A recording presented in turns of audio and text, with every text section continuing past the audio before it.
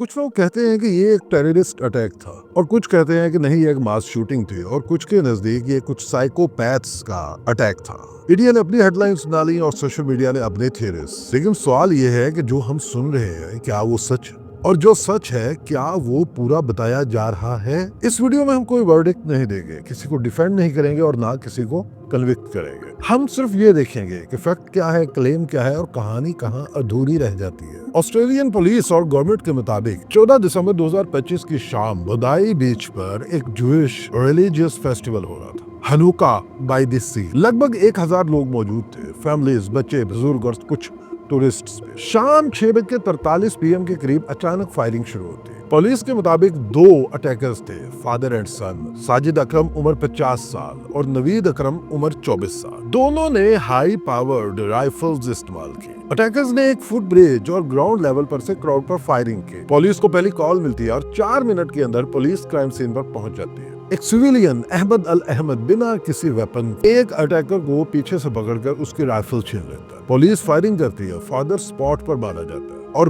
बेटा जख्मी होता है और जिंदा पकड़ा जाता है। पुलिस बाद में बताती है कि 15 लोग कत्ल हुए, 40 से ज्यादा जख्मी। विक्टिम्स में 10 साल की बच्ची से लेकर 87 साल का एक हॉलोकॉस्ट सर्वाइवर शामिल है। गवर्नमेंट इसे officially anti Semitic terrorist attack करार देती है। अब यहाँ से चीजें कुछ इंटरेस्टिंग होना शुरू होती है। शुरू में मीडिया ने क्या रिपोर्ट किया? At least 10 dead, possibly a third attacker, active shooter situation. कुछ रिपोर्ट्स में नंबर पहले 11 होता, फिर 13, फिर 15। फिर पुलिस कंफर्म करती है कि no third attacker, only 2 attackers. यानी जो चीज पहले अनक्लियर थी वो बाद में करेक्ट हो जाती है। और ये ऐसा कुछ अनयूजुअल भी नहीं, ब्रेकिंग न्यूज में अक्सर गलतियां होती है। लेकिन ये समझना जरूरी है, नैरेटिव हमेशा फाइनल ट्रूथ नहीं होता। अब हम बात करेंगे सिर्फ कंफर्म्ड फैक्ट्स के। अटैक जूइश रिलीजियस इवेंट पर हुआ, टारगेट रैंडम नहीं। 2 अटैकर्स थे, बाप और बेटा। वेपन्स लीगली ओन्ड थे,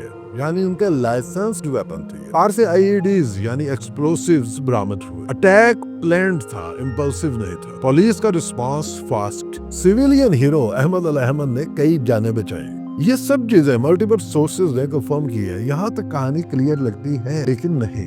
अब सवाल उठते हैं और सवाल बिल्कुल नेचुरल। रेडिकलाइजेशन कब हुए? 2019 में नवीद अकरम को ऑस्ट्रेलियन एजेंसीज ने गिरफ्तार किया, लेकिन बाद में क्लियर कर दिया। अब सवाल ये है कि 2019 से 2025 के बीच क्या हुआ? किसने इन्फ्लुएंस किया? क्या किसी ने ऑनलाइन या ऑफलाइन?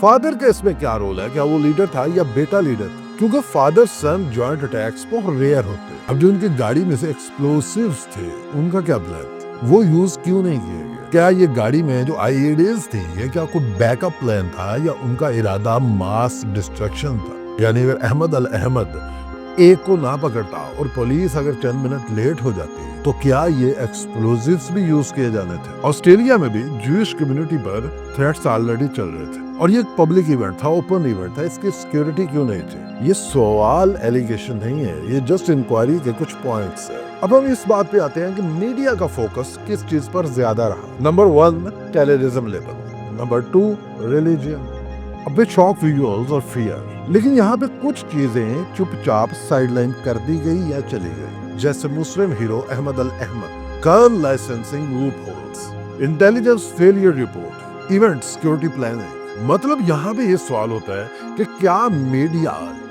इस वाक़े को रिपोर्ट कर रहा था या हमें गाइड करने की कोशिश कर रहा था कि हम क्या एंगल सोचें। ये कहना गलत नहीं है कि मीडिया हमारी सोच के एंगल्स, जाविये तय करता है। अब ऑस्ट्रेलियन प्राइम मिनिस्टर ने इसे प्योर इवल करार दिया। इजराइल ने ऑस्ट्रेलियन गवर्नमेंट को ब्लेम किया। USA और UK ने और यूनाइटेड नेशंस ने इसको कंडेम किया। जूइश कम्युनिटी ने फ्यूचर में सिक्योरिटी डिमांड की और बहुत सारी मुस्लिम ऑर्गेनाइजेशंस ने इस वाक़े की ओपन कंडेमनेशन यानी मजम्मत की और अपने हीरो अहमद अल अहमद को हाईलाइट किया। अब मेरा आपसे ये सवाल है कि आपके ख्याल में इस वाक़े में सबसे ज्यादा क्या चीज इग्नोर की गई और क्या चीज सबसे ज्यादा काबिले गौर थी, और सबसे ज्यादा हाईलाइट किस चीज को किया गया? कमेंट्स में लिखिए।